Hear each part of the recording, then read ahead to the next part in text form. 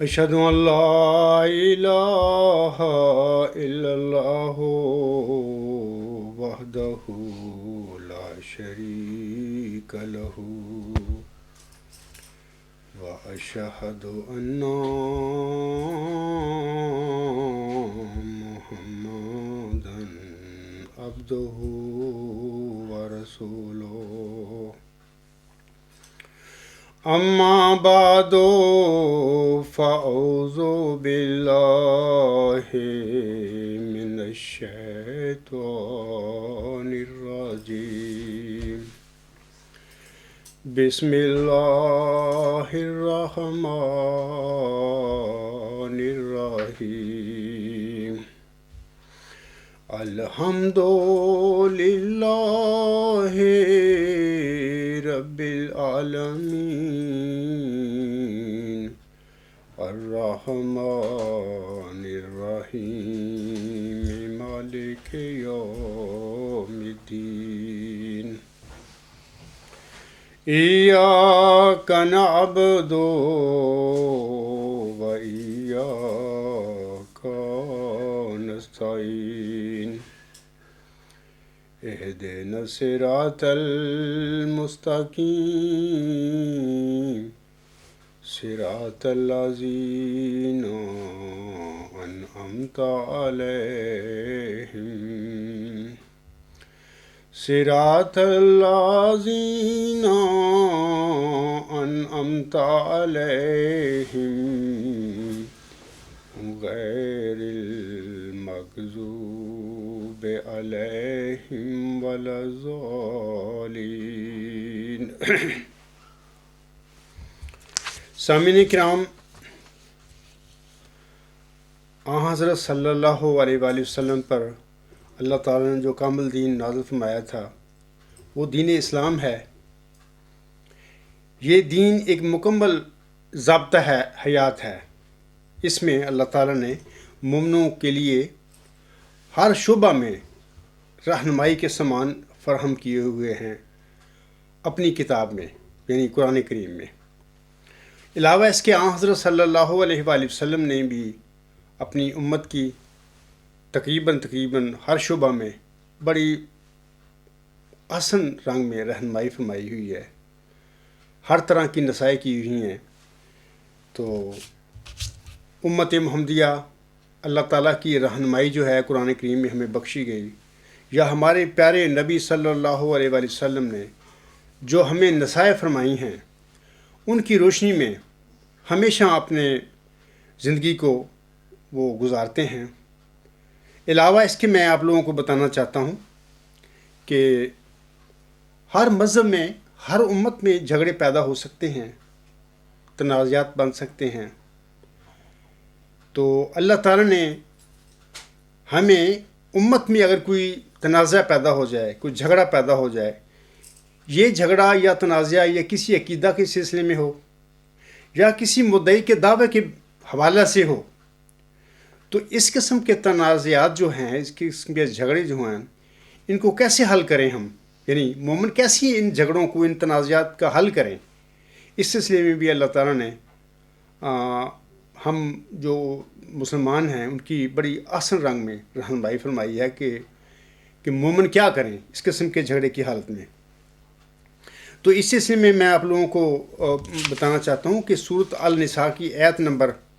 جو 60 ہے، اس میں اللہ تعالیٰ فرماتا ہے، یا ایھا الذین آمنوا اطیعوا اللہ واطیعوا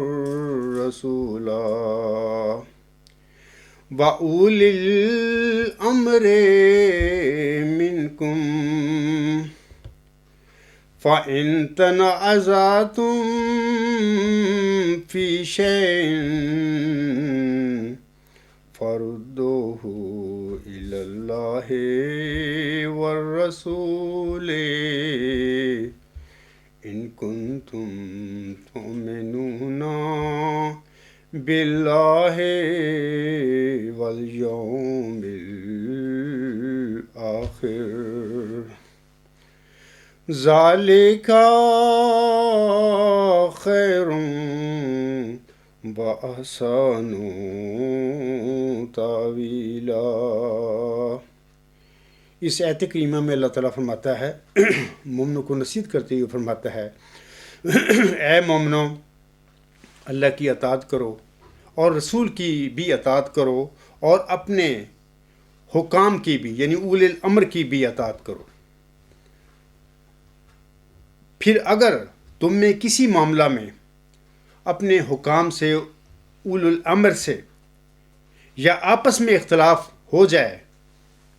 تو ایسے معاملے اللہ اور رسول کی طرف لوٹا دیا کرو۔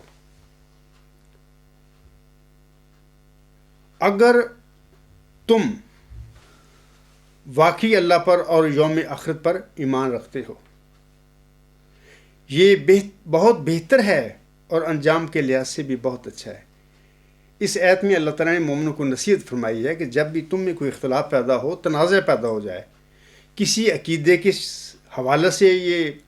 تنازع پیدا ہو جائے یا کسی مدعی کے دعویٰ کے سلسلے میں یہ تنازع پیدا ہو جائے، تو تم کیا کرو؟ تو تم اس کا جو فیصلہ ہے قرآن کریم سے لو۔ اپنے اختلاف کو اللہ اور رسول کی طرف لوٹا دینے سے مطلب یہی ہے کہ جو اللہ کی تعلیم ہے قرآن کریم میں، جو فرمودات ہیں، جو احکامات ہیں، ان کی روشنی میں اپنے تنازع کو حل کرو۔ تو میں یہ سمجھتا ہوں کہ 1 صدی قبل امت محمدیہ میں ہم جانتے ہیں کہ صدیوں سے ایک عقیدہ پیدا ہو گیا تھا، حیات مسیح علیہ السلام کا عقیدہ تھا، اور آن حضرت صلی اللہ علیہ وآلہ وسلم نے امت کو جس نزول مسیح عیسیٰ ابن مریم کی بشارت بخشی ہوئی ہے، امت ہزاروں سال سے اس پیشگوئی کے مطابق اسی موسوی مسیح عیسیٰ ابن مریم علیہ السلام، جو بنی اسرائیل کی طرف نبی اور رسول تھے اور جن پر انجیل کتاب نازل ہوئی تھی، اسی کے بارے میں وہ سمجھتے ہیں امت محمدیہ میں کہ ہم نے جو پیشگوئی فرمائی ہے نزول مسیح عیسیٰ ابن مریم کے حوالے سے، اس کے مطابق وہی مسیح عیسیٰ ابن مریم جس کو اللہ تعالیٰ نے موت سے بچا کر، صلیب کے وقت موت سے بچا کر زندہ آسمان کی طرف اٹھا لیا تھا، اور وہی آخری زمانہ میں زندہ بجسم عنصری آسمان سے نازل ہوں گے زمین پر اور غلبہ اسلام کی راہ پیدا کریں گے، سامان پیدا کریں گے۔ یعنی امت محمدیہ جو دین ہے اسلام ہمارا آسم کا جو دین ہے، اس کی کامیابی، اس کی فتح اور اس کے غلبے کے وہ سامان وہ ان کے ذریعے اللہ تعالیٰ پیدا فرمائے گا۔ یہ عقیدہ صدیوں سے امت محمدیہ میں مروج ہے، اور یہ عقیدہ آن حضرت صلی اللہ علیہ وآلہ وسلم کی جو نزول عیسیٰ ابن مریم کے سلسلے میں جو پیش ہوئی ہے، اس کے سلسلے میں اختیار کیا گیا ہے۔ 1 صدی قبل حضرت مرزا غلام علیہ السلام کو جب اللہ تعالیٰ نے فرمایا کہ امت محمدیہ میں آسمان سے جو عقیدہ اختیار کیا ہوا ہے کہ وہ آسمان سے مسیح عیسیٰ ابن مریم بجسم عنصری نازل ہوں گے اور وہ اسلام کے غلبے کی راہیں پیدا کریں گے، یہ عقیدہ ہی غلط ہے۔ وہ آنے والا تو امت محمدیہ کا ہی ایک فرد ہے جو کہ حضرت مسیح عیسیٰ ابن مریم علیہ السلام کی خوبو کے مطابق امت میں ظاہر ہوگا، اللہ تعالیٰ اسے کھڑے کرے گا۔ تو اس قسم کے وجود کے متعلق ہی ہم نے فرمایا ہوا ہے، اس کو مسیح عیسیٰ ابن مریم اسی لیے ہم نے فرمایا کہ آنے والا جو شخص ہے امت محمدیہ میں، ایک شخص ہیں یا ایک سے زیادہ ہیں، وہ حضرت مسیح عیسیٰ ابن مریم علیہ السلام کی خوبو کے مطابق، حالات و واقعات کے مطابق بعض اوقات میں وہ ظہور کریں گے یا نزول ہوں گے امت میں۔ تو یہ اس وجہ سے یہ امتی جو فرد ہوں گے جن کو اللہ تعالیٰ پھر وہ کھڑا کرے گا، تو اللہ تعالیٰ انہیں مسیح عیسیٰ ابن مریم کا نام دے دے گا۔ تو 1 صدی قبل جب حضرت مرزا صاحب شام کو اللہ تعالیٰ نے یہ خبر دے دی، تو اس وقت امت میں یہ پکا اور پختہ عقیدہ تھا کہ مسیح عیسیٰ ابن مریم علیہ السلام زندہ آسمان پر اٹھا لیے گئے ہیں، وہی اس زمین پر وہ اپنے مادی جسم کے ساتھ نازل ہوں گے۔ تو حضرت مرزا صاحب شام کے حوالے سے میں آپ لوگوں کو بتانا چاہتا ہوں کہ مورخہ 2 اکتوبر 1891 کو دہلی میں حضرت مسیح موعود امام مہدی علیہ السلام نے وفات اور حیات مسیح سے ابن ابراہیم کے تنازع کے سلسلے میں ایک اشتہار شائع فرمایا اس زمانے میں. یہ اشتہار جو ہے مجموعہ اشتہارات جلد 1 صفحات 235 تا 236 پر سامعین پڑھ سکتے ہیں. تو اس اشتہار کا جو عنوان ہے حضور سامنے لکھا تھا کہ ایک عاجز مسافر کا اشتہار قابل توجہ جمیع مسلمانان انصاف شعار و حضرات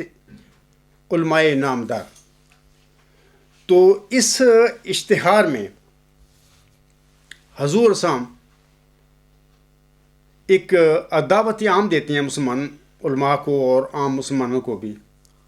اور اس میں حضور صاحب نے حضرت مرزا صاحب سامنے ایک طریقہ اختیار کیا تنازع کے حوالے سے. میں ان کا جو فرمودہ ہے وہ آپ لوگوں کے آگے پڑھ کر سناتے ہیں. حضور صاحب فرماتے ہیں، تیسری شرط یہ کہ بحث وفات حیات مسیح میں ہو اور کوئی شخص قرآن کریم اور کتب حدیث سے باہر نہ جائے، مگر صحیحین کو تمام کتب حدیث پر مقدم رکھا جائے اور بخاری کو مسلم پر، کیونکہ وہ اصل کتب بعد کتاب اللہ ہے. اور میں وعدہ کرتا ہوں کہ اگر مسیح ابن مریم کی حیات طریقہ مذکورہ بالا سے جو واقعات صحیحہ کے معلوم کرنے کے لیے خیر الترک ہے ثابت ہو جائے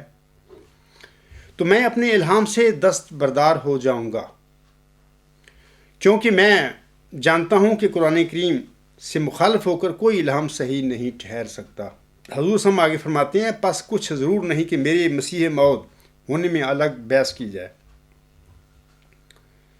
بلکہ میں حلفاً اقرار کرتا ہوں کہ اگر میں ایسی بحث میں وفات عیسیٰ میں غلطی پر نکلا تو دوسرا دعویٰ خود چھوڑ دوں گا اور ان تمام نشانوں کی پرواہ نہیں کروں گا جو میرے اس دعویٰ کے مصدق ہیں، کیونکہ قرآن کریم سے کوئی حجت بڑھ کر نہیں. سامعین کرام، پیشگوئی نزول مسیح عیسیٰ ابن مریم کے سلسلے میں یہ حکم و عدل کی سنت اور طرز عمل ہے. یعنی جماعت احمدیہ میں جس وجود کو جو بانی جماعت تھا، حضرت صلی اللہ علیہ وسلم کی پیشگوئی کے مطابق ہم سب احمدی ان کو حکم و عدل تسلیم کرتے ہیں، ان کے دعوے کو. اور پیشگوئی نزول مسیح عیسیٰ ابن مریم کے سلسلے میں سامعین کرام، یہ جو میں نے ابھی بیان پڑھا ہے حضور صاحب کا، تو اس پیشگوئی کے سلسلے میں حضور صاحب کا یہ طرز عمل تھا، یہ سنت ہے. خاکسار اور میری جماعت احمدیہ اسلاف سنت کے ممبران سامعین کرام بھی آج اپنے آقا اور روحانی ماں حضرت امام مہدی و مسیح موعود کی سنت اور طرز عمل کی پیروی کرتے ہوئے ہم بھی آج یہ اقرار کرتے ہیں کہ اگر جماعت احمدیہ کا ادیان جناب خلیفہ ثانی صاحب کو بطور موعود ذکی غلام قرآن مجید اور ذکی غلام سے متعلقہ حضرت امام مہدی و مسیح موعود کے مبشر الہامت کی روشنی میں الہامی پیشگوئی مسیح موعود کے دائرہ بشارت میں آنا ثابت کر دیں تو خاکسار نہ صرف قادیانی جماعت کو منہ مانگا انعام دے گا، بلکہ اپنے دعویٰ موعود ذکی غلام مسیح الزمان یعنی مسیح موعود، جس کا میں ایک قطعی علمی اور الہامی ثبوت بھی رکھتا ہوں، میں اس دعویٰ سے بھی نہ صرف دستبردار ہو جاؤں گا بلکہ اپنے کسی الہام کی بھی پرواہ نہیں کروں گا. تو ہم جو جماعت احمدیہ سے تعلق رکھنے والے لوگ ہیں یا جو حضور صلی اللہ علیہ وسلم کے پیروکار ہیں، حضرت امام مہدی و مسیح وسلم کے پیروکار ہیں، انہیں چاہیے کہ کسی عقیدہ کے سلسلے میں یا کسی مدعی کے دعویٰ کے سلسلے میں بھی وہی طرز عمل اور نمونہ اختیار کریں جس کا اللہ تعالیٰ نے سورۃ النساء آیت نمبر 60 میں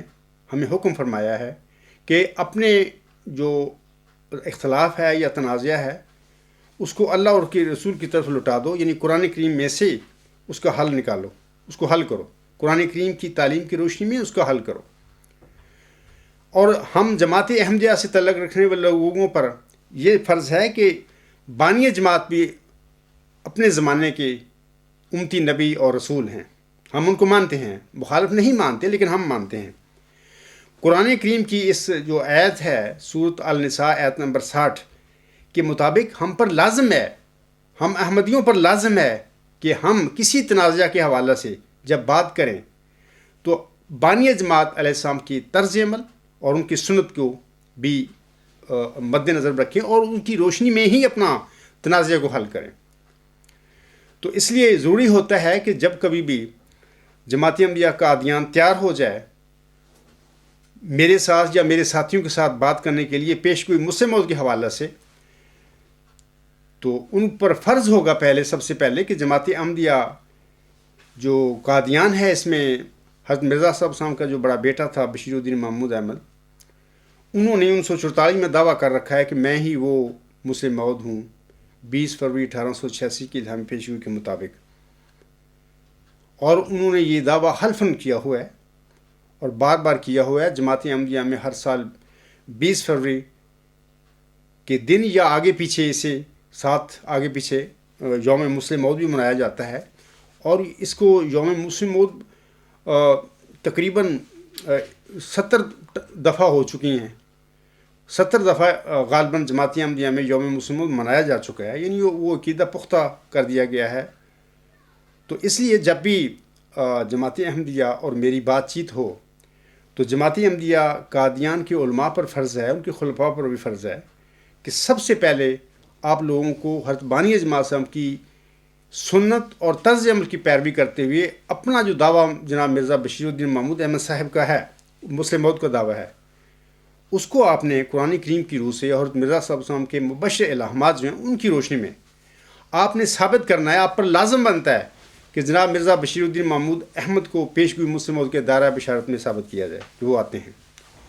دائرہ بشارت میں آنے سے مراد یہ ہے کہ ان الہاموں کی روشنی میں جو ذکی غلام کے حوالے سے محمدی مریم پر اللہ تعالیٰ نے نازل فرمائے تھے، ان الہاموں کی روشنی میں یہ ممکن ہے کہ اللہ تعالیٰ مرزا بشیر الدین محمود کو بھی مسلم موعود یا موعود ذکی غلام زما کی پیشگوئی کا مصداق بنا سکتا ہے. یہ دائرہ بشارت سے یہ مراد ہے. تو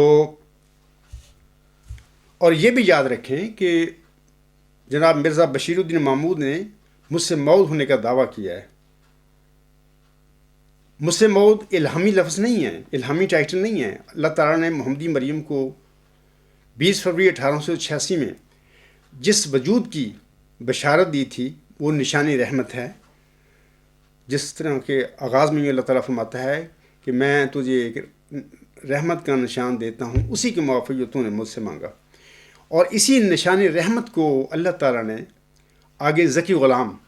قرار دیا ہے، کیونکہ یہ جو ذکی غلام ہے موسوی ذکی غلام کا مثیل ہے. یعنی جیسے کہ موسوی مریم پر اللہ تعالیٰ نے اسے ایک رحمت کا نشان دینے کا وعدہ فرمایا تھا اور اس کو ذکی غلام قرار دیا ہے. یہ صورت مریم میں سب چیزیں ثابت ہیں اللہ کے کلام میں. اسی طرح محمدی مریم جو ہے حضرت مرزا غلام صاحب ہیں، انہیں بھی یہ 20 فروری 1886 کے الہامی پیشگوئی میں ایک نشان رحمت کی خبر دی، بشارت دی. اور یہ ذکی غلام ہی ہے جس کا پیشگوئی کے اندر اس طرح ذکر ملتا ہے کہ سو تجھے بشارت ہو کہ وزی اور پاک لڑکا تجھے دیا جائے گا، ایک ذکی غلام بریکٹ میں ملہم لکھتا ہے لڑکا، ایک ذکی غلام تجھے ملے گا. تو یہ جو ذکی غلام ہے سامعین کرام 20 فروری 1886 کے الہامی پیشگوئی میں، اسی ذکی غلام کو ملہم نے، یا میں کہہ سکتا ہوں کہ محمدی مریم نے مسلم موعود کا لقب دیا تھا اپنے تحریروں میں، اپنے ملفوظات میں. اس ذکی غلام کو حضور صاحب نے مسلم موعود کہا تھا. اگر جماعت احمدیہ میں زید یا بکر کوئی بھی بندہ مسلم موعود ہونے کا دعویٰ حلفاً کرتا ہے تو اس کا مطلب یہ ہوا کہ وہ اس نشان رحمت ہونے کا حلفاً دعویٰ کر رہا ہے، یا اس ذکی موعود ذکی غلام ہونے کا دعویٰ حلفاً وہ کر رہا ہے جس کا اللہ تعالیٰ نے محمدی مریم کو 20 فروری 1886 کی الہامی پیشگوئی میں بشارت دی تھی. تو ظاہر ہے کہ جب بھی ہماری بات ہوگی جماعت احمدیہ قادیان سم معبود، میں تو کہتا ہوں کیونکہ وہ جماعت احمدیہ تو وہ ہے ہی نہیں ہے. یہ جماعت تو پھر 1914 میں جناب مرزا بشیر الدین محمود نے جو کچھ کیا، اکثر میری تحریرات میں پتہ ہے لوگوں کو، میں نے بتایا ہوا ہے اور خطبات میں بھی بیان کر چکا ہوں کہ یہ صرف قبضہ تھا جناب مرزا بشیر الدین محمود احمد کا جماعت احمدیہ پر قبضہ تھا اور وہ خلیفہ بن بیٹھے، اور احمدیہ جو خلافت راشدہ حضرت مولوی نور الدین رضی اللہ تعالیٰ عنہ کے مبارک اور بابرکت وجود سے جس کا آغاز ہوا تھا، بشیر الدین محمود احمد نے اس احمدیہ خلافت راشدہ کی صف لپیٹ لی اور اس کی جگہ پر اپنی ایک خاندانی ملوکیت، ایک خاندانی گدی خلافت کے نام پر جاری کر دی، جس کا سلسلہ ہنوز جاری و ساری ہے۔ تو اس طرح جب میں یہ کہتا ہوں کہ جماعت احمدیہ قادیان ثم محمود، تو اب یہ جماعت احمدیہ قادیان جو تھی حضرت مرزا صاحب صاحب نے قائم کی تھی، اس کا نام جماعت احمدیہ رکھا تھا۔ بہرحال قادیان کے حوالے سے ہم کہہ سکتے ہیں کہ جماعت احمدیہ قادیان بعد میں صحابی انہوں نے اختلاف کیا، بعض صحاب احمد نے اختلاف کیا 1914 میں بشیر الدین محمود احمد کے اس رویے سے کہ جس طرح وہ خلیفہ بنے اور صدر انجمن احمدیہ کو اس نے حضرت مرزا صاحب صاحب کی صدر انجمن احمدیہ جو تھی اس کو ریجیکٹ کر دیا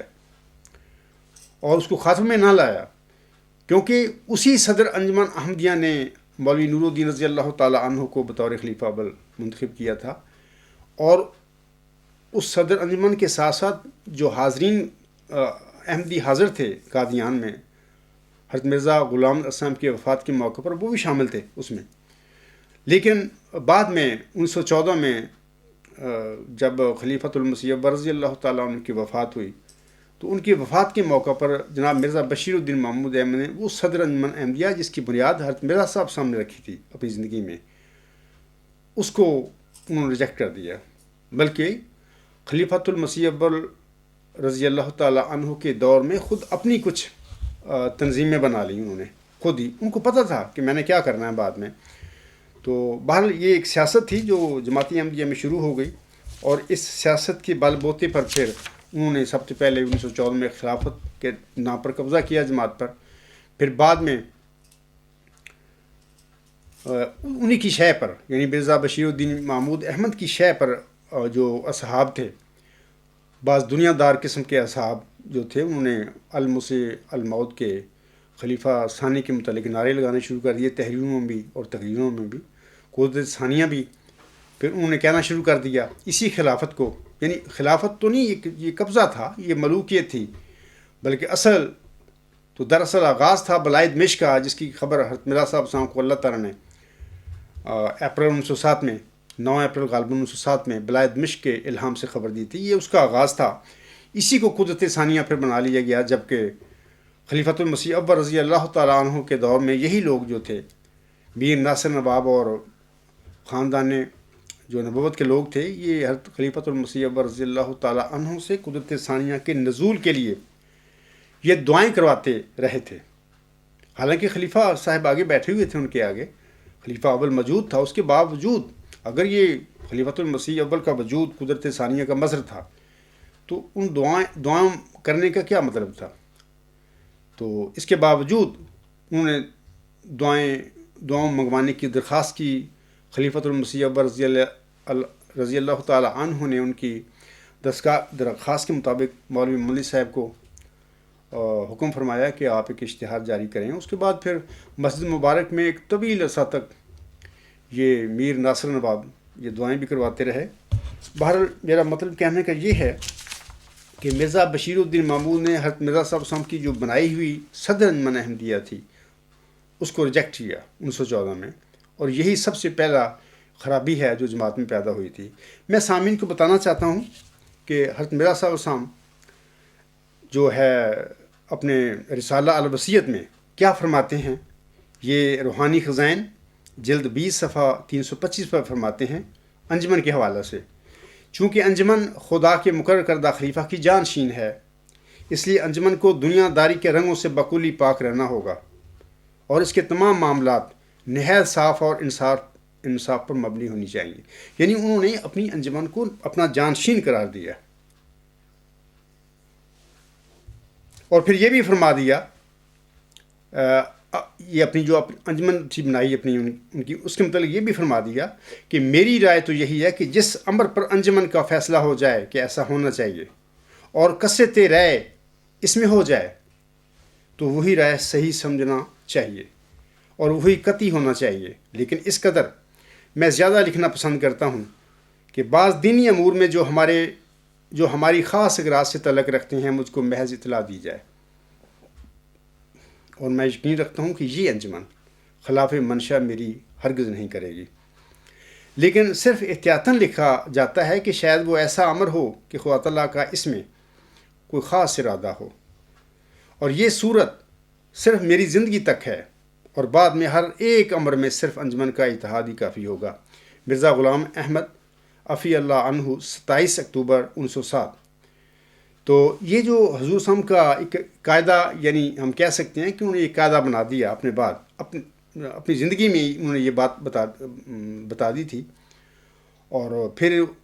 آپ کی وفات کے بعد بھی ظاہر ہے کہ حضور صلی اللہ علیہ وسلم اسے ہی جماعت کی رہنمائی کے لیے یا ان کی انتظام چلانے کے لیے یہ انجمن بنا کے گئے تھے۔ علاوہ اس کے میں آپ لوگوں کو بتانا چاہتا ہوں، حضور صلی اللہ علیہ وسلم نے اس کے جو ممبران ہیں 14، جن کو ہم جماعت احمدیہ میں مجلس متمدین کہتے ہیں، یہ خود اپنے نامزد کیے تھے، خود مقرر فرمائے تھے، اور اسی جو مجلس متمدین ہے یا صدر انجمن احمدیہ ہے، اس کے متعلق حضرت خلیفۃ المسیح رضی اللہ تعالیٰ عنہ فرماتے ہیں، یہ 15 اکتوبر 1909 خطبہ عید الفطر میں کے موقع پر خلیفۃ المسیح رضی اللہ تعالیٰ عنہ اس صدر انجمن کے متعلق فرماتے ہیں، اور یہ جو خطبات نور صفحہ 419 پر خلیفۃ المسیح رضی اللہ تعالیٰ عنہ کے یہ الفاظ پڑھے جا سکتے ہیں۔ حضرت صاحب کی تصنیف میں معرفت کا ایک نقطہ ہے، وہ میں تمہیں کھول کر سناتا ہوں۔ جس کو خلیفہ بنانا تھا اس کا معاملہ تو خدا کے سپرد کر دیا، اور ادھر 14 اشخاص کو فرمایا کہ تم بحیثیت مجموعی خلیفۃ المسیح ہو، تمہارا فیصلہ قطعی فیصلہ ہے، اور گورنمنٹ کے نزدیک بھی وہی قطعی فیصلہ ہے۔ پھر ان 14 کو باندھ کر ایک شخص کے ہاتھ پر بیعت کرا دی کہ اسے اپنا خلیفہ مانو، اور اس نے تمہیں اکٹھا کر دیا۔ پھر نہ صرف 14 کا بلکہ قوم کا میری خلافت پر اجماع ہو گیا۔ اب جو اجماع کا خلاف کرنے والا ہے وہ خدا کا مخالف ہے، چنانچہ فرمایا وَيَتَّبِعْ غَيْرَ سَبِيلِ الْمُؤْمِنِينَ نُوَلِّهُ مَا تَوَلَّىٰ وَنُصْلِهِ جَهَنَّمَ وَسَاءَتْ مَصِيرًا۔ میں نے البصیت کو خوب پڑھا ہے، باقی 14 آدمیوں کو خلیفۃ المسیح قرار دیا ہے، اور ان کی کثرت رائے کے فیصلہ کو قطعی فرمایا ہے۔ اب دیکھو کہ انہی متقیوں نے، جن کو حضرت صاحب نے اپنی خلافت کے لیے منتخب فرمایا، اپنی تقویٰ کی رائے سے، اپنی اجماعی رائے سے ایک شخص کو اپنا خلیفہ و امیر مقرر کیا، اور پھر نہ صرف خود بلکہ ہزار لوگوں کو اس کشتی پر چڑھایا جس پر خود سوار ہوئے، تو کیا خدا تعالیٰ ساری قوم کا بیڑا غرق کر دے گا؟ ہرگز نہیں۔ پس تم کان کھول کر سنو، اگر اب اس معاہدہ کے خلاف کرو گے تو فَأَعْقَابَهُمْ نِفَاقًا فِي قُلُوبِهِمْ کے مصداق بنو گے۔ میں نے تمہیں یہ کیوں سنایا؟ اس لیے کہ تم میں بعض نافہم ہیں جو بار بار کمزوریاں دکھاتے ہیں۔ میں نہیں سمجھتا کہ وہ مجھ سے بڑھ کر جانتے ہیں۔ تو یہ تو حضور صلی اللہ علیہ وسلم کا، یعنی حضرت خلیفۃ المسیح اول رضی اللہ تعالیٰ عنہ کا عقیدہ تھا یا اعتقاد تھا اس صدر انجمن کے بارے میں، جس کو حضرت مرزا صاحب الاسلام نے اپنی زندگی میں قائم فرمایا تھا۔ تو جب خلیفۃ المسیح اول رضی اللہ تعالیٰ عنہ کو منتخب کر لیا گیا، تو اس کے بعد ایک تو قدرت ثانیہ کے لیے دوائیں منگوانی شروع کر دی گئی قادیان میں۔ دوسرا یہ کہ ساتھ ساتھ جناب مرزا بشیر الدین محمود احمد صاحب، جو حضور صلی اللہ علیہ وسلم کے بڑے بیٹے تھے، انہوں نے کچھ سیاسی کاروائیاں شروع کر دی جماعت میں، حالانکہ انہیں نہیں چاہیے تھا کہ خلیفہ موجود ہے، لیکن حضرت خلیفۃ المسیح اول رضی اللہ تعالیٰ عنہ ایک بڑے درویش اور منکسر المزاج انسان تھے، حضور صلی اللہ علیہ وسلم کی اولاد کا بہت احترام کرتے تھے۔ میں یہ سمجھتا ہوں کہ انہوں نے مرزا بشیر الدین محمود کی یہ جو سیاسی کاروائیاں کر رہا تھا اس وقت، انہوں نے جو اپنی آنکھیں بند کی اس سے، تو یہ انہوں نے درست نہیں کیا۔ ان کو چاہیے تھا، وہ خلیفہ وقت تھے، یہ جو چیزیں مرزا بشیر الدین محمود کر رہا تھا، تو یہ تو ایک مذہبی جماعت کو، ایک روحانی جماعت کو ایک سیاسی جماعت کی طرف وہ لے گیا تھا، لے کر جا رہا تھا. لیکن بہرحال ان کو چاہیے تھا کہ یہ جو کام کر رہا تھا بشیر الدین محمود احمد، تو وہ ان کو روکتے، یہ کام نہ کرنے دیتے، کیونکہ وہیں سے یہ جماعت احمدیہ میں خرابیوں کا دروازہ کھلا ہے. مثال کے طور پر مرزا بشیر الدین محمود احمد نے 1909 میں انجمن ارشاد بنا لی. اب سوال یہ ہے کہ جب اس کا باپ صدر انجمن احمدیہ بنا کر گیا ہے اس دنیا میں، اور اس کے 14 نام ممبر منتخب کر گیا ہے، جس کو مجلس معتمدین کہا جاتا تھا اس زمانے میں، تو مجلس ارشاد بنانے کی کیا ضرورت تھی 1909 میں مرزا بشیر الدین محمود احمد کو؟ یہ سب سے پہلا ایک بدی تھی، شر تھا جو جماعت احمدیہ میں بویا گیا. دوسرا یہ کہ فروری 1911 میں مجلس انصار انہوں نے بنائی. وہ کس لیے بنائی تھی؟ اور چوتھا یہ کہ دعوت الخیر فنڈ 1913 میں جاری کر لیا. حالانکہ حضرت مرزا صاحب علیہ السلام اپنی زندگی میں 2 چندے انہوں نے لگائے ہوئے تھے. ایک وصیت چندہ وصیت تھا، دوسرا بغیر کسی شرح کے ایک چندہ تھا جو جماعت کی جو لنگر خانہ ہے یا باقی تالیف کے کام ہیں، تبلیغ کے کام ہیں اور کتابوں کی تالیف وغیرہ کے کام تھے، حضور صاحب نے بغیر کسی شرح کے ایک چندہ اپنے معنی بروں پر لگایا تھا جو لازمی تھا. تو ان چندوں کے ہوتے ہوئے 1913 میں جناب مرزا بشیر الدین محمود احمد صاحب نے دعوت الخیر فنڈ جاری کیوں کیا؟ کیا ضرورت تھی اس کو؟ یہ ساری سیاسی کارروائیں تھیں مرزا بشیر الدین محمود احمد صاحب کی. اور پھر الفضل جاری کیا جون 1913 میں. حالانکہ 2 اخبار اور ایک ریویو آف ریلیجن رسالہ موجود تھا، البدر اور الحکم. الفضل کی کیا ضرورت پڑ گئی؟ یہ وہی تھا کہ آئندہ زمانے میں اس ذکی غلام کو اللہ نے فضل قرار دیا ہوا ہے پیشگوئی مسلم موعود میں، پیشگوئی موعود ذکی غلام مسیح الزمان میں. تو الفضل اپنا نیا اخبار جاری کرنا اس بات کی طرف اشارہ تھا کہ وہ 1913 میں ہی، جون 1913 میں ہی الفضل اخبار جاری کر کے اپنے متعلق انہوں نے لوگوں کو اندیا دیا تھا کہ آئندہ زمانے میں پھر وہ دعویٰ بھی کرنے والا ہوں مسلم موعود ہونے کا یا ذکی غلام ہونے کا وغیرہ وغیرہ. اور وہی کیا پھر 1944 میں. تو یہ باتیں میں آپ لوگوں کو بتا رہا ہوں کہ یہ جو دروازہ ہے برائیوں کا، بدیوں کا اور سیاست کا، یہ مرزا بشیر الدین محمود احمد نے کھولا جماعت میں. اور 1914 میں اپنے کام انہوں نے کرنے شروع کر دیے تھے. اور خلیفۃ المسیح اول رضی اللہ تعالی عنہ نے جب آنکھیں بند کر لی تو اس کے بعد پھر ایک روحانی جماعت سی جو تھی، یہ مذہبی جماعت تھی، وہ ایک ان کی وفات کے موقع پر وہ ایک سیاسی جماعت بنا دی گئی کچھ لوگوں نے. میں ایک اور بات آپ لوگوں کو بتانا چاہتا ہوں کہ قدرت سائیہ کے حوالہ سے حضور صاحب نے الوصیت میں کچھ اور نصائح بھی اپنے پیروکاروں کو فرمائی تھیں، اور یہ بھی فرمایا تھا کہ جب میں اس دنیا سے گزر جاؤں گا تو پھر تم نے کیا کرنا ہے. اس سلسلے میں آپ لوگوں کو بتانا چاہتا ہوں کہ حضور صاحب نے فرمایا تھا، یہ جو حوالہ ہے یہ روحانی خزائن جلد 20 صفحہ 304 تا 307 میں ہے. اور حضور صاحب فرماتے ہیں، اور چاہیے کہ جماعت کے بزرگ جو نفس پاک رکھتے ہیں میرے نام پر میرے بعد لوگوں سے بیعت لیں. آگے پھر حضور صاحب نے ایک حاشیہ دیا ہے، وہ بعد میں پڑھتا ہوں. حضور صاحب آگے فرماتے ہیں، خدا تعالیٰ چاہتا ہے کہ ان تمام روحوں کو جو زمین کی متفرقہ آبادیوں میں آباد ہیں، کیا یورپ اور کیا ایشیا، ان سب کو جو نیک فطرت رکھتے ہیں توحید کی طرف کھینچے اور اپنے بندوں کو دین واحد پر جمع کرے. یہی خدا تعالیٰ کا مقصد ہے جس کے لیے میں دنیا میں بھیجا گیا.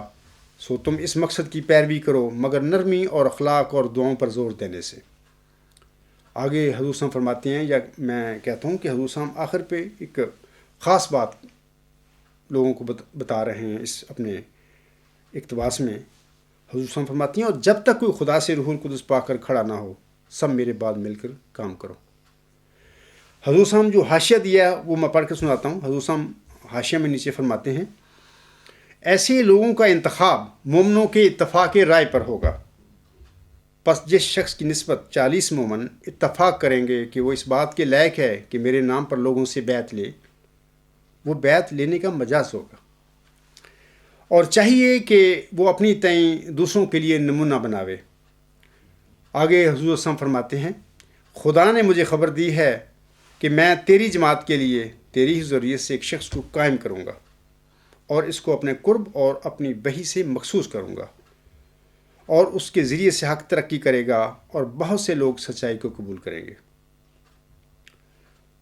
حضور ہم آگے فرماتے ہیں، سو ان دنوں کے منتظر رہو اور تمہیں یاد رہے کہ ہر ایک کی شناخت اس کے وقت میں ہوتی ہے، اور قبل از وقت ممکن ہے کہ وہ معمولی انسان دکھائی دے یا بعض دھوکہ دینے والے خیالات کی وجہ سے قابل اعتراض ٹھہرے، جیسا کہ قبل از وقت ایک کامل انسان بننے والا بھی پیٹ میں صرف ایک نطفہ یا علقہ ہوتا ہے۔ یہ جو میں نے حضور صاحب کا اقتباس اور اس کا حاشیہ جو پڑھا ہے آپ لوگوں کے آگے، اس میں حضور صاحب نے دو قسم کے جو کام ہیں، جو امور ہیں، ان کی طرف توجہ دلائی ہے جماعت احمدیہ کے افراد کو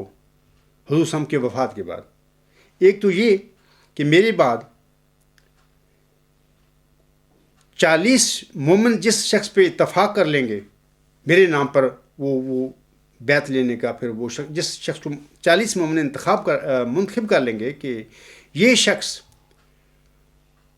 حضور صاحب کی بیعت لینے کے لیے ممنوع ہے یا درست ہے، تو وہ حضور صاحب فرماتے ہیں میرے نام پر لوگوں سے بیعت لے۔ ایک تو یہ بات۔ دوسری حضور صاحب فرماتے ہیں، اور جب تک کوئی خدا سے روح القدس پا کر کھڑا نہ ہو، سب میرے بعد مل کر کام کرو۔ اسی کانٹیکسٹ میں، یعنی یہ جو بیعت لینے کا سلسلہ ہے، اسی کانٹیکسٹ میں حضور صاحب فرماتے ہیں، اور جب تک کوئی خدا سے روح القدس پا کر کھڑا نہ ہو، سب میرے بعد مل کر کام کرو۔ یعنی حضور صاحب نے فرمایا کہ میرے بعد روح القدس پا کر کھڑے ہونے والا بھی ظاہر ہوگا، وہ بھی کھڑا ہوگا۔ یہ حضور صاحب اس پیشگوئی کی طرف اشارہ فرما رہے ہیں کہ جو 20 فروری 1886 کی الہامی پیشگوئی مسلم موعود آپ پر نازل ہوئی تھی، اسی وجود کے متعلق حضور صاحب فرما رہے ہیں کہ اور جب تک کوئی خدا سے روح القدس پا کر کھڑا نہ ہو، سب میرے بعد مل کر کام کرو۔ تو حضور صاحب نے بتا دیا کہ میرے بعد 40 مومن جس متقی مومن پر اتفاق کر لیں گے کہ یہ شخص بیعت لینے کا مجاز ہے، تو وہ میرے بعد پھر بیعت لے اور اپنے آپ کو ایک نمونہ بنائے پوری جماعت کے لیے۔ تو دوسرا کہ حضور صاحب نے فرمایا کہ میری بعد روح القدس پا کر کھڑا بھی شخص ہوگا، اللہ تعالیٰ اس سے کھڑا کرے گا میرے بعد۔ تو اسی کانٹیکس میں، اسی عبارت میں حضور صاحب الفصیت میں فرماتے ہیں ایک جگہ پر، وہ فرماتے ہیں کہ میں خدا کی طرف سے ایک قدرت کے رنگ میں ظاہر ہوا، اور میں خدا کی ایک مجسم قدرت ہوں،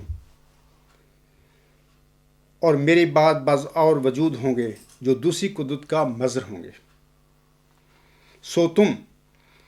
خدا کی قدرت ثانی کے انتظار میں اکٹھے ہو کر دعا کرتے رہو،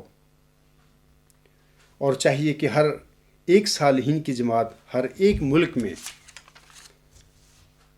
اکٹھے ہو کر دعا میں لگے رہیں تا دوسری قدرت آسمان سے نازل ہو۔ یہ بات قابل توجہ ہے، حضور صاحب فرما رہے ہیں قدرت ثانیہ کے بارے میں، تا دوسری قدرت آسمان سے نازل ہو اور تمہیں دکھا دے کہ تمہارا خدا ایسا قادر خدا ہے۔ اپنی موت کو قریب سمجھو، تم نہیں جانتے کس وقت وہ گھڑی آ جائے گی۔ یہ صفحہ 306 پر حضور صاحب کے الفاظ ہیں، روحانی خزائن جلد 20۔ تو حضور صاحب جو قدرت ثانیہ جو ہے، جس کی حضور صاحب اپنے پیروکاروں کو اپنی زندگی میں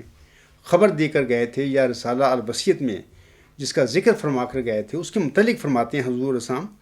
کہ تا دوسری قدرت آسمان سے نازل ہو۔ یعنی دوسری قدرت جو ہے نا، یا قدرت ثانیہ آسمان سے نازل ہونے والی ہے، جو زمینی لوگوں کی وہ قدرت نہیں ہو سکتی، آسمان سے اللہ تعالیٰ اس کو نازل فرمائے گا۔ آسمان سے نازل ہونے والے کا ذکر بھی فرما دیا حضور صاحب نے اپنے، جو ابھی میں نے حضور صاحب کا اقتباس پڑھا ہے کہ اور جب تک کوئی خدا سے روح القدس پا کر کھڑا نہ ہو، سب میرے بعد مل کر کام کرو۔ تو جب ہم دیکھتے ہیں خلیفۃ المسیح اول رضی اللہ تعالیٰ عنہ کا دور خلافت، تو اس دور میں خاندان نبوت سے تعلق رکھنے والے جو افراد تھے، سارے اس بات کا ایمان رکھتے تھے اس بات پر کہ قدرت ثانیہ تو آسمان سے نازل ہوگی۔ اور پھر خلیفۃ المسیح اول سے وہ دعائیں کرواتے رہے نزول قدرت ثانیہ کے لیے. اور پیشگوئی مسلم موعود میں بھی اللہ تعالیٰ نے اس ذکی غلام کے متعلق فرمایا جس کا نزول بہت مبارک اور جلال الہی کے ظہور کا موجب ہوگا. تو اس کا نزول آسمان سے ہوگا، لوگ اس کو منتخب نہیں کریں گے اس بندے کو. 40 مومن کے متعلق جیسے حضور صلی اللہ علیہ وسلم فرما کے گئے ہیں، جیسے کہ حضور صلی اللہ علیہ وسلم نے فرمایا ہے کہ 40 مومن جس انسان پر اتفاق کر لیں تو وہ بیعت لینے کے لیے وہ مجاز ہوگا، وہ میرے نام پر بیعت لے گا. تو اس قسم کے جو آدمی ہیں متقیوں 40 مومنوں کے ذریعے یا ہزاروں مومنوں کے ذریعے چنا جانے والا شخص جو ہوگا وہ قدرت ثانیہ کا مظہر نہیں ہو سکتا. خلیفۃ المسیح اول رضی اللہ تعالیٰ عنہ کو صدر انجمن احمدیہ پلس جتنے بھی ہزاروں لوگ تھے احمدی اس زمانے میں حضور صلی اللہ علیہ وسلم کے وفات کے موقع پر قادیان میں جمع ہو گئے تھے، ان سب نے ان کو بنایا تھا. اس کے باوجود وہ قدرت ثانیہ کے مظہر نہیں تھے، خود دعائیں مانگتے رہے. اور حضور صلی اللہ علیہ وسلم کے خاندان کے لوگ بھی ان سے دعائیں کرواتے رہے، منگواتے رہے قدرت ثانیہ کے نزول کے لیے. اور خود انہوں نے اپنی زندگی میں یہ لکھا ہے کہ میرے بعد 40 سال کے بعد قریباً موعود قدرت ثانیہ ظاہر ہوگا بندہ. تو یہ وہ موعود مجدد کے جو ہے اگلی صدی کا تھا جو تھا، اس کے متعلق خلیفۃ المسیح اول رضی اللہ تعالیٰ عنہ کا ایمان اور اعتقاد تھا کہ وہی قدرت ثانیہ کا موعود اول ہوگا، یا وہ قدرت ثانیہ کا مظہر اول ہوگا. تو بعد میں خلیفہ اول رضی اللہ تعالیٰ عنہ کی وفات کے بعد جب مرزا بشیر الدین محمود احمد صاحب نے خلافت پر قبضہ کیا اور اس خلافت کو اپنی خاندانی گدی بنا لیا، تو خلافت کے نام پر یہ سارا کچھ اب تک ہوتا چلا آ رہا ہے. تو پھر جس مقام پر دیکھو یہ قسم کا فریب اور فراڈ اور مکاری ہے کہ جو لوگ خلیفۃ المسیح اول رضی اللہ تعالیٰ عنہ کے دور میں قدرت ثانیہ کے لیے دعائیں منگواتے رہے تھے، خلافت پر قبضہ کرنے کے بعد، خلافت کی صف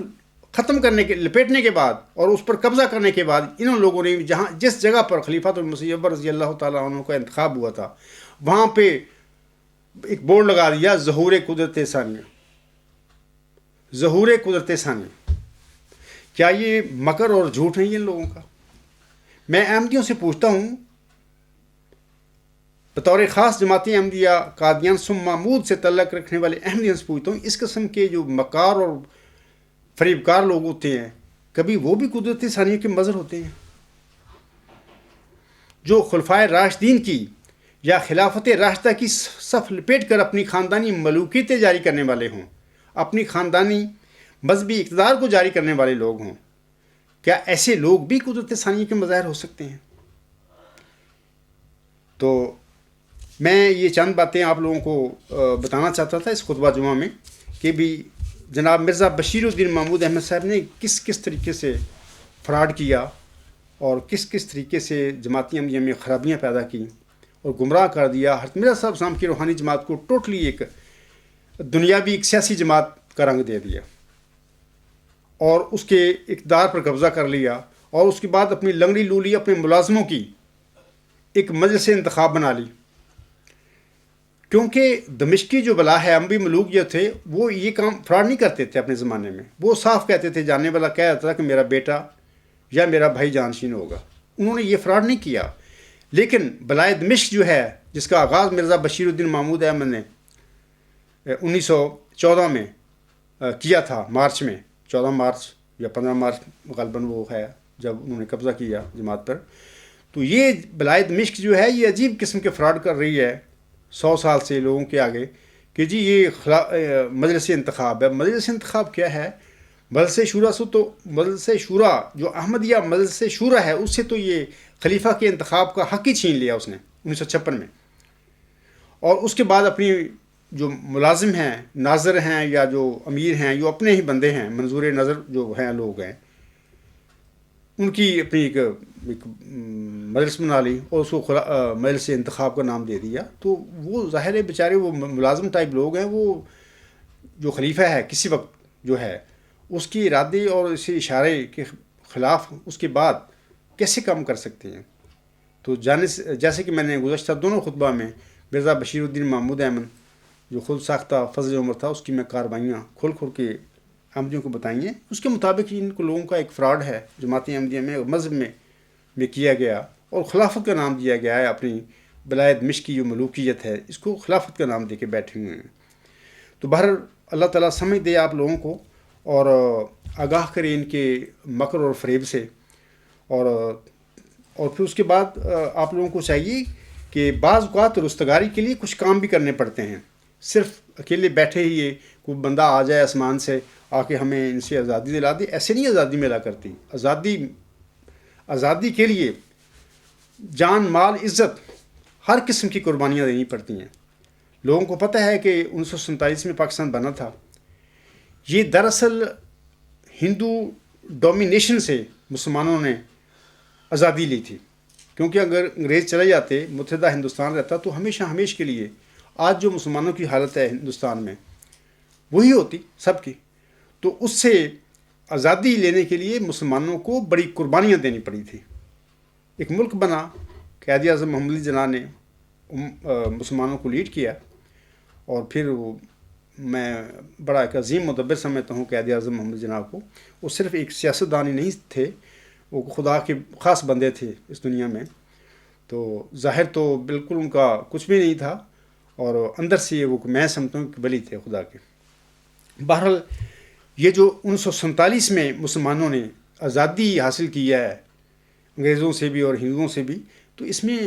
مسلمانوں کو بڑی قربانیاں دینی پڑی ہیں. لاکھوں بندے شہید ہو گئے تھے راستے میں ملدے کے اس جو تقسیم کے وقت. تو آج بھی یہ جماعت احمدیہ میں یہ جو اسیر ہو چکی ہیں یا کر لیے گئے ہیں، اور اس کی بنیاد یہ ہے کہ حضرت مرزا صاحب علیہ السلام کی عقیدت میں سب کچھ ہوا. ہمارے بزرگوں نے حضرت مرزا صاحب علیہ السلام کو مانا، اور جب دیکھا کہ ایک سچا خالص ہونے کی طرح سچا انسان ہے، تو اس پر اپنی جان مال ہر چیز قربان کر دی. اس چیز کا، اس عقیدت کا مرزا بشیر الدین محمود نے پھر اس کو مس یوز کیا. تو پھر بہرحال اسیر ہو گئے، ہم چارے بیٹھے ہوئے ہیں. تو بہرحال میں آپ لوگوں کو کہوں گا کہ آپ کو اس اسیری سے نجات کے لیے بھی بس تگ و دو کرنی پڑے گی. آپ کو حق اور سچ کے لیے کھڑا ہونا پڑے گا. اور ہمیشہ اللہ تعالیٰ اپنے کلام میں ہمیں فرماتا ہے کہ ہمیشہ عدل کرو، انصاف کرو، اور ہمیشہ سچائی کا ساتھ دو، اور متقیوں کو ساتھ دو. تو آخر پہ میں حضور صاحب کی چند اقتباس ہیں، میں آپ لوگوں کو پڑھ کر سنانا چاہتا ہوں. تو یہ پہلا اقتباس جو ہے یہ حضور صاحب کا جو اعزال وہام بڑی مشہور کتاب ہے، روحانی خزائن جلد 3 صفحہ 116-117 پر حضور صاحب کے یہ الفاظ ہیں. حضور صاحب فرماتے ہیں، نیک بخت انسان کا فرض ہے کہ سچائی کے طریقوں کو ہاتھ سے نہ دیوے، بلکہ اگر ایک ادنا سے ادنا انسان کی زبان پر کلمہ حق جاری ہو اور اپنے آپ سے غلطی ہو جائے تو اپنی غلطی کا اقرار کر کے شکر گزاری کے ساتھ اس حقیر آدمی کی بات مان لیوے اور انا خیر منہ کا دعویٰ نہ کرے، ورنہ تکبر کی حالت میں کبھی رشد حاصل نہیں ہوگا، بلکہ ایسے آدمی کا ایمان بھی مرز خطر میں ہی نظر آتا ہے. تو حضور صاحب یہی کہتے ہیں کہ اٹ از پاسبل، ممکن ہے کہ اللہ تعالیٰ کسی غریب مسکین حقیر آدمی کی زبان پر حق جاری کر دے اور اس کو بذریعہ الہام بعض سچائیوں کا اس پر انکشاف فرما دے. تو یہ کہنا، یہ نہیں سمجھنا چاہیے کہ حقیر آدمی ہے، معمولی انسان ہے، تو بہت پڑھا لکھا ہوا نہیں ہے وغیرہ وغیرہ، اس کی اعتراض نہیں کرنے چاہیے. اللہ حضور صاحب نے منع فرمایا ہے کہ اس رویے سے اگر کوئی ایسی بات کرے گا تو پھر تکبر کی حالت میں، تو پھر اس کا جو ایمان ہے وہ بھی خطرے میں پڑ جائے گا. اسی طرح حضور صاحب اسی کتاب میں 116 اور 117 صفحہ پر حضور صاحب فرماتے ہیں، اے خداوند قادر خدا، اگرچہ قدیم سے تیری یہی عادت اور سنت ہے کہ تو بچوں اور امیوں کو سمجھ عطا کرتا ہے اور اس دنیا کے حکیموں اور فلاسفروں کی آنکھوں اور دلوں پر سخت پردے تاریکی کے ڈال دیتا ہے، مگر میں تیری جناب میں عرض اور تضرع سے عرض کرتا ہوں کہ ان لوگوں میں سے بھی ایک جماعت ہماری طرف کھینچ لا، جیسے تو نے بعض کو کھینچا بھی ہے، اور ان کو بھی آنکھیں بخش اور کان عطا کر اور دل عنایت فرما تب وہ دیکھیں اور سنیں اور سمجھیں، اور تیری اس نعمت کا جو تو نے اپنے وقت پر نازل کی ہے قدر پہچان کر اس کے حاصل کرنے کے لیے متوجہ ہو جائیں۔ اگر تو چاہے تو ایسا کر سکتا ہے، کیونکہ کوئی بات تیرے آگے انہونی نہیں۔ بہر اللہ کرے ایسا ہی آج اس وقت بھی ایسا ہی ہو کہ جو پڑھے لکھے عالم ہیں جماعت احمدیہ میں اور مسلمانوں میں، یہ فلاسفر ٹائپ لوگ ہیں، اللہ تعالیٰ ان کی بھی بند آنکھوں کو کھولے اور وہ بھی حقیقت اور سچائی کو سمجھیں بھی، اور پھر سمجھنے کے بعد حق پانے کے بعد اس کو قبول کرنے کی بھی ان کو اللہ تعالیٰ توفیق دے۔ اسی طرح حضور صاحب اسی کتاب میں صفحہ 550 میں، یعنی روحانی خزائن جلد 3 ازالہ و حام یہ کتاب ہے، اس میں حضور صاحب فرماتے ہیں، مجھے اس وقت اس نصیحت کی حاجت نہیں کہ تم خون نہ کرو، کیونکہ بجز نہایت شریر آدمی کے کون ناحق کے خون کی طرف قدم اٹھاتا ہے، مگر میں کہتا ہوں کہ ناانصافی پر ضد کر کے سچائی کا خون نہ کرو۔ یہ حضور صاحب کے بڑے عظیم حکیمانہ الفاظ ہیں۔ حضور صاحب فرماتی ہیں، مگر میں کہتا ہوں کہ ناانصافی پر ضد کر کے سچائی کا خون نہ کرو، حق کو قبول کر لو اگرچہ ایک بچہ سے، اور اگر مخالف کی طرف حق پاؤ تو پھر فی الفور اپنی خشک منطق کو چھوڑ دو، سچ پر ٹھہر جاؤ اور سچی گواہی دو۔ میں خاص کر جماعت احمدیہ قادیان سم محمود کے جو لوگ ہیں ان سے کہتا ہوں کہ حضور صاحب کی یہ نصیحت ہے، اور آپ پر زیادہ فرض ہے کہ حضور صاحب کی ان نصیحتوں کو پلے باندھو، ان کو نظر انداز نہ کرو۔ آگے حضور فرماتے ہیں، جیسا کہ اللہ تعالیٰ فرماتا ہے، فَاجْتَنِبُوا الرِّجْسَ مِنَ الْأَوْثَانِ وَاجْتَنِبُوا قَوْلَ الزُّورِ، یعنی بتوں کی پلیدی سے بچو اور جھوٹ سے بھی، کہ وہ بت سے کم نہیں۔ جو چیز قبلہ حق سے تمہارا منہ پھیرتی ہے وہی تمہاری راہ میں بت ہے۔ سچی گواہی دو اگرچہ تمہارے باپوں یا بھائیوں یا دوستوں پر ہو، یعنی گواہی کے معاملے میں پھر یہ نہیں کرنا چاہیے کہ یہ میرا بھائی ہے، یہ میرا بیٹا ہے، اس کے خلاف گواہی جا رہی ہے تو میں نہ دوں، تو یہ نہیں کرنی چاہیے۔ سچ کی گواہی دینی چاہیے، اگرچہ ہمارے اپنا کوئی قریبی رشتہ دار کیوں نہ اس کی ذات میں آ جائے۔ سچی گواہی دو اگرچہ تمہارے باپوں یا بھائیوں یا دوستوں پر ہو۔ چاہیے کہ کوئی بھی عداوت تمہیں انصاف سے مانع نہ ہو، یعنی کوئی بھی دشمنی تمہاری، کوئی اختلاف تمہارا جو انصاف کے راستے میں وہ رکاوٹ نہ بنے تمہارے لیے۔ اسی طرح اسی کتاب کے صفحہ جو ہے 141 حاشیہ پر حضور صاحب فرماتے ہیں، اس کے عجائبات قدرت اسی طرح پر ہمیشہ ظہور فرماتے ہیں کہ وہ غریبوں اور حقیروں کو عزت بخشتا ہے، اور بڑے بڑے معززوں اور بلند مرتبہ لوگوں کو خاک میں ملا دیتا ہے۔ بڑے بڑے علماء فضلاء اس کے آستانہ فیض سے بکلی بے نصیب اور محروم رہ جاتے ہیں، اور ایک ذلیل حقیر امی جاہل نالائق منتخب ہو کر مقبولین کی جماعت میں داخل کر لیا جاتا ہے۔ ہمیشہ سے اس کی کچھ ایسی ہی عادت ہے اور قدیم سے وہ ایسا ہی کرتا چلا آیا ہے۔ وَذَلِكَ فَضْلُ اللَّهِ يُؤْتِيهِ مَن يَشَاءُ۔ تو سامعین کو چاہیے کہ اس وقت جماعت احمدیہ میں جو پیشگوئی مسلم موت کے حوالے سے ایک قضیہ، ایک تنازع پیدا ہو چکا ہے، تو ان کو چاہیے کہ اس پیشگوئی کے حوالے سے وہ انصاف پر قائم ہو جائیں اور کسی کی طرفداری نہ کریں۔ مرزا بشیر الدین محمود کا جو دعویٰ مسلم موت ہے، اور جس کے حوالہ سے 70 کے قریب یوم مسلم موت بھی جماعت احمدیہ قادیان سم محمود نے منا لیے ہیں، اس کی بارے میں بھی تحقیق کرو، غور کرو، پڑھو، سمجھو، دلائل پر دیکھو، پرکھو۔ اس طرح آج اس عاجز کا بھی دعویٰ جماعت احمدیہ میں موجود ہے، مئو ذکی غلام مسیح عظمیٰ ہونے کا، یعنی مسلم موت ہونے کا، کیونکہ ذکی غلام کو بھی حضور صاحب نے مسلم موت قرار دیا ہوا ہے۔ میرے دعوے کو بھی پڑھو، تحقیق کرو تقویٰ کے ساتھ، طرفداری میں نہ جاؤ، انصاف کرو۔ کیونکہ آخر مرنا جانا کتنی انسان 100 سال زندہ رہے گا دنیا میں، آخر جانا اللہ تعالیٰ کے پاس. اس کے بعد پھر جہاں پر سچ پاؤ کھڑے ہو جاؤ، حق کو قبول کر لو، اگرچہ کسی غریب مسکین حقیر کے منہ سے، بچے کے منہ سے کیوں نہ نکلے. تو میری امید ہے کہ آپ لوگ اس حوالے سے حضور صلی اللہ علیہ وسلم کی جو نصائح ہیں، فرمودات ہیں، تعلیم جو ہے اس کو نظر انداز نہیں کریں گے، بلکہ اس کو فالو کریں گے.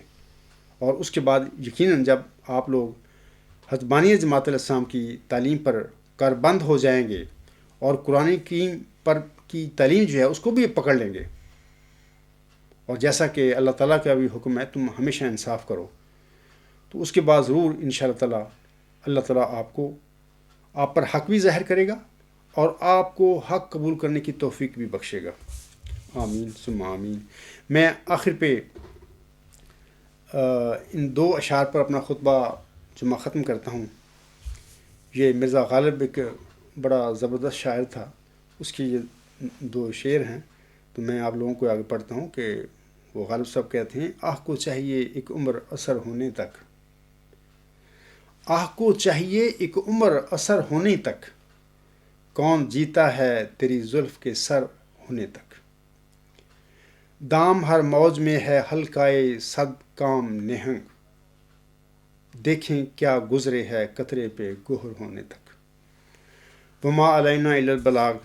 وآخر دعوانا ان الحمد للہ رب العالمین. اولم وآخرم وظاہرم وباطنا هو مولانا نعم المولا ونعم النصیر.